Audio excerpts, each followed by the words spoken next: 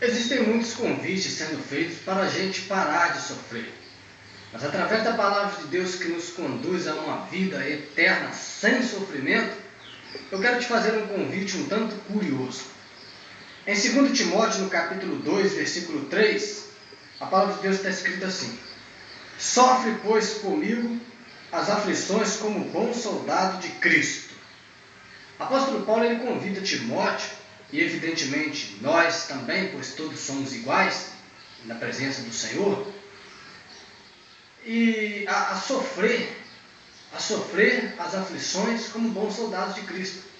Então não há aqui um convite para parar de sofrer, como a gente ouve na maioria dos convites sendo feitos em igrejas, sendo feitos em pregações, em louvores e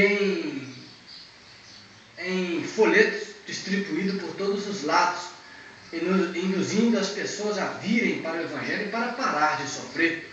Coisa que não tem dentro das Escrituras é o parar de sofrer vindo para o Evangelho. Afinal de contas, em 1 Pedro, no capítulo 4, versículo 12 ao 16, nos diz que todos padecerão.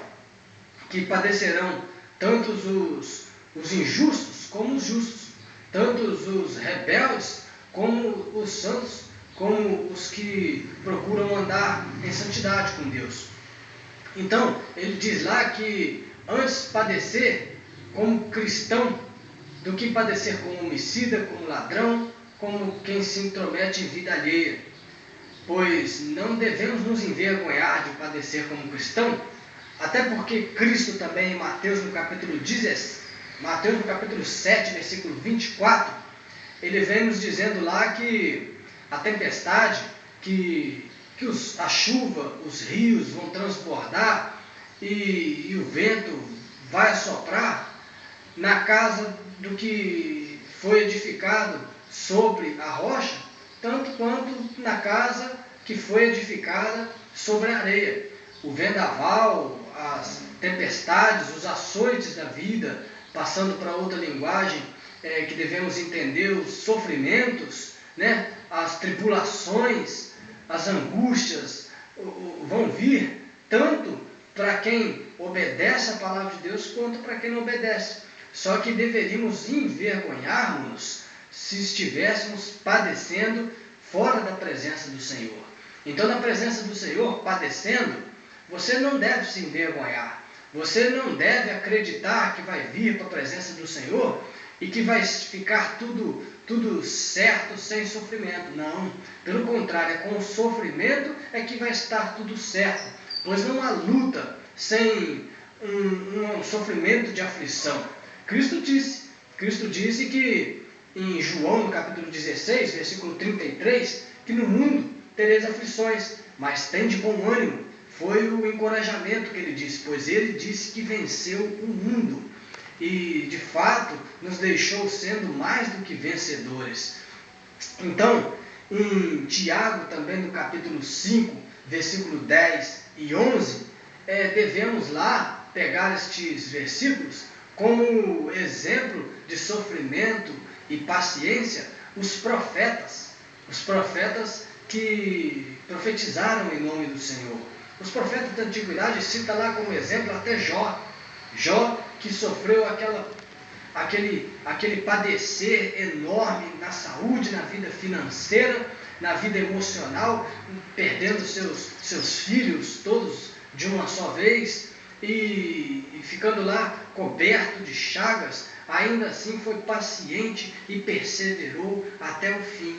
Então, devemos tomar como exemplo estes profetas da antiguidade, como por exemplo também Asaf, em Salmo 73, vem lá nos dizendo acerca de seu sofrimento, e a partir do versículo 20, 21 em diante, o reconhecimento de Asaf, o reconhecimento superando todos os sofrimentos que ele havia vindo padecendo.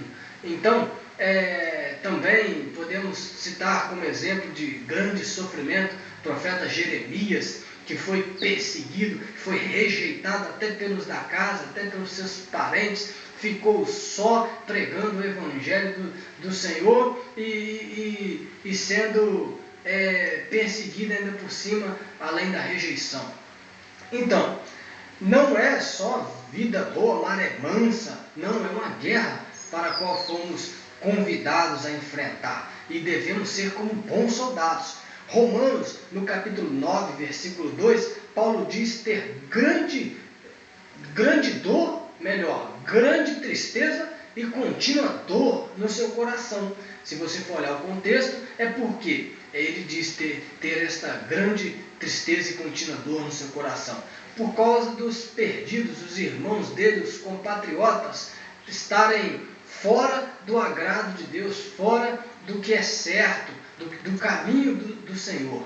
Então, ele não tem como ele se alegrar vendo essa situação perante ele. Não tem como eu, não tem como você, não tem como nenhum cristão se alegrar vendo os perdidos indo em direção a um caminho sem volta, indo em direção à perdição eterna. Não tem como nos alegrarmos com isso. Tem como nos alegrarmos, sim, em outras formas que eu vou citar um pouco mais à frente para você, logo após ler este versículo muito interessante da palavra de Deus que se encontra em Eclesiastes, no capítulo 7, versículo 3 e 4, que diz assim as Escrituras Sagradas: melhor a tristeza do que o riso, porque com a tristeza do rosto se faz melhor o coração.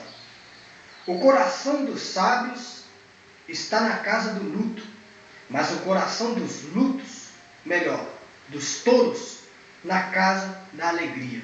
O coração dos sábios está na casa do luto, mas o coração dos tolos na casa da alegria. A casa somos nós, meus queridos. A casa morada de Deus somos nós. Não é casas feitas por mão de homens, como disse Estevão. O Deus Todo-Poderoso, ele não habita em templos feitos por mãos humanas. Ele habita em mim, habita em você, uma vez nós o permitindo viver em nós, por nós e por todos aqueles que estão ao nosso redor. Agora, uma vez rejeitando Deus, esta morada, esta sua casa, que é você mesmo, se torna habitação de demônios, se torna habitação de potestades malignas, de seres, de espíritos que vêm para te destruir, que vêm para te levar à perdição. Então, nós somos essas casas, e uma vez reconhecendo que estamos na presença do Senhor, não tem como nos alegrarmos com o nosso coração voltado para as casas alegres. O nosso coração tem que estar nas casas que estão em luto. Tem que estar na vida daqueles que estão perdidos, daqueles que estão mortos-vivos ambulantes. Mortos ambulantes pelas ruas. Existem hoje em dia muitos mortos, em sua maioria da humanidade, estão mortos, andando, perambulando pelas ruas, pelas praças, meus irmãos.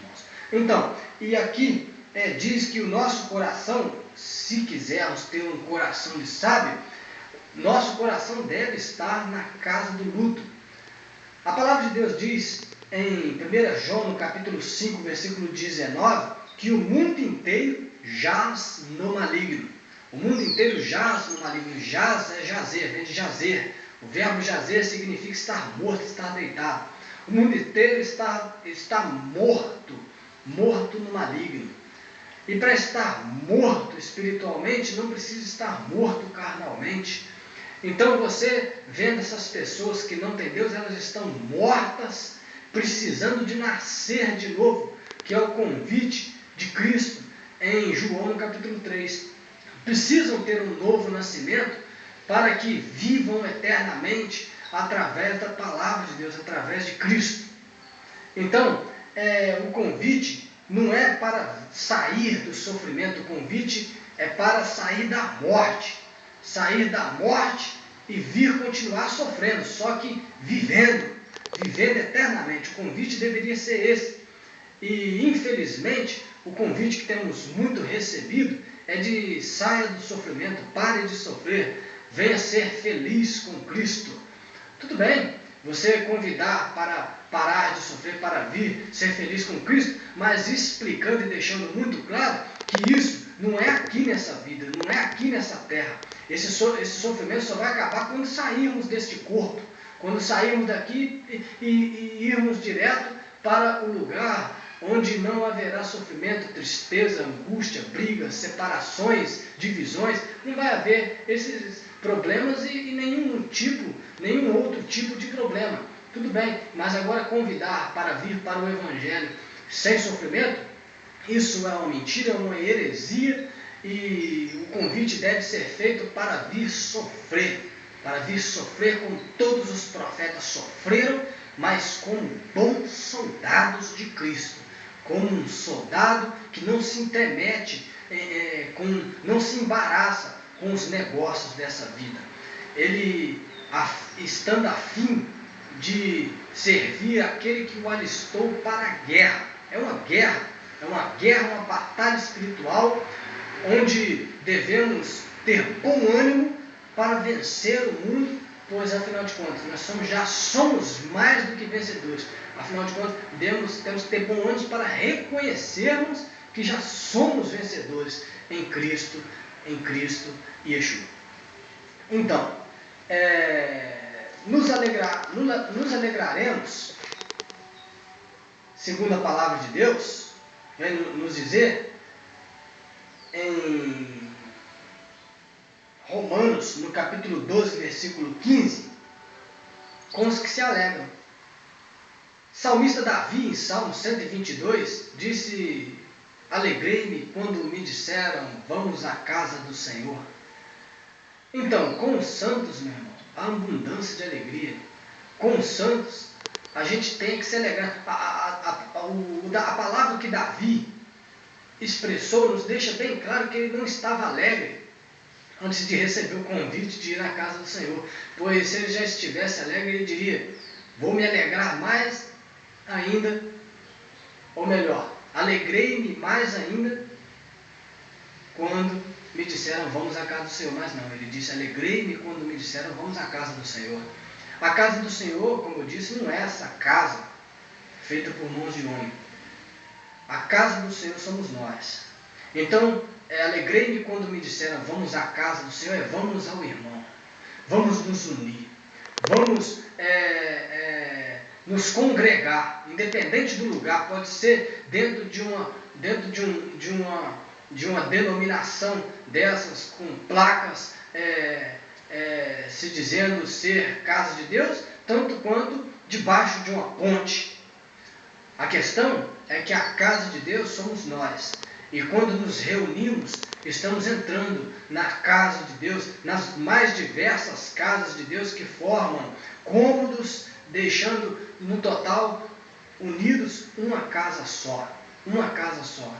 Então, este convite que a palavra de Deus nos diz, este convite que ela nos faz, de sofrermos as aflições como bons soldados de Cristo, nos alegrar com os que se alegram e chorar com os que choram. Quem é que chora de verdade?